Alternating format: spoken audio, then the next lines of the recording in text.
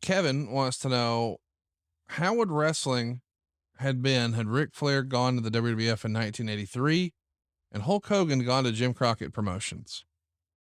Boy, you got to put on your crazy thinking hat here, Bruce. Let's think about that.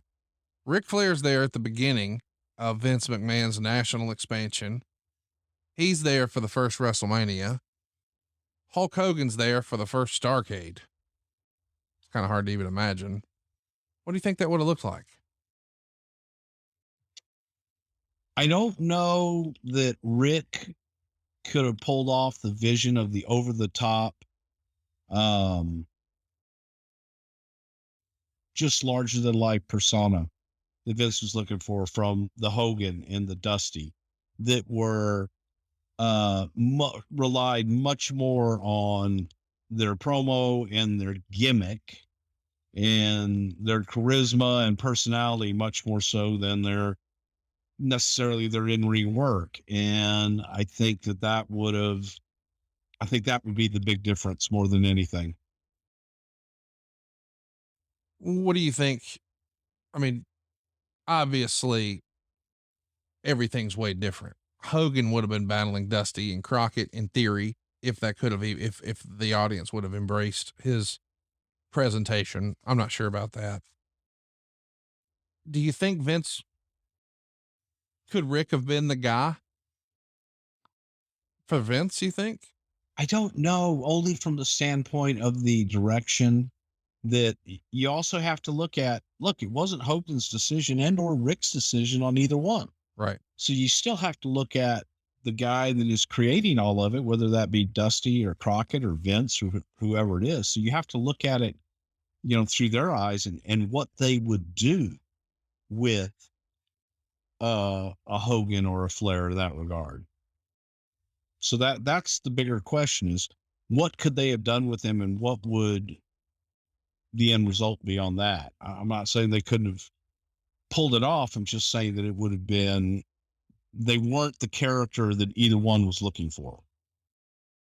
Crockett was looking for more of a sports-oriented foundation. Vince was looking more for an entertainment-oriented foundation. When you look over to the Jim Crockett Promotions roster, was there a guy who Vince could have gone with? Dusty. Is the opposite true? Is there a guy on WWF's roster who perhaps could have been the Ric Flair, if that makes sense, for Jim Crockett? Savage. Oh, wow. Okay. I like that. Speaking of Savage, Michael wants to know, where did Macho Man get all the little milks for his cream of the crop promo? Little Milks R Us. Thank you for You ain't never been to that Little Cups R Us and shit? No, but I hear they're busy this time of year. Oh, yeah.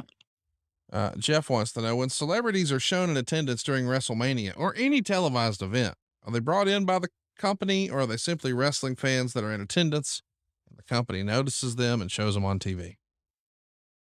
It's people that come to the shows. They're happy to be there. And we put them on TV. Some don't, some ask not to. I can go back to,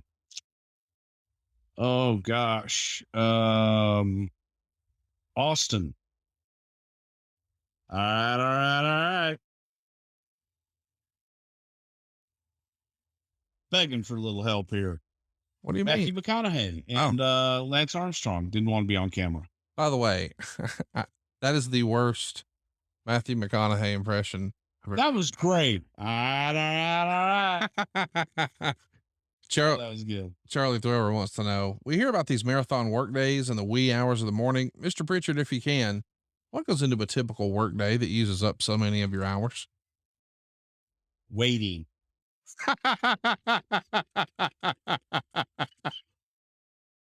Lots of waiting. Let's move Lots on of before we get in patience. trouble.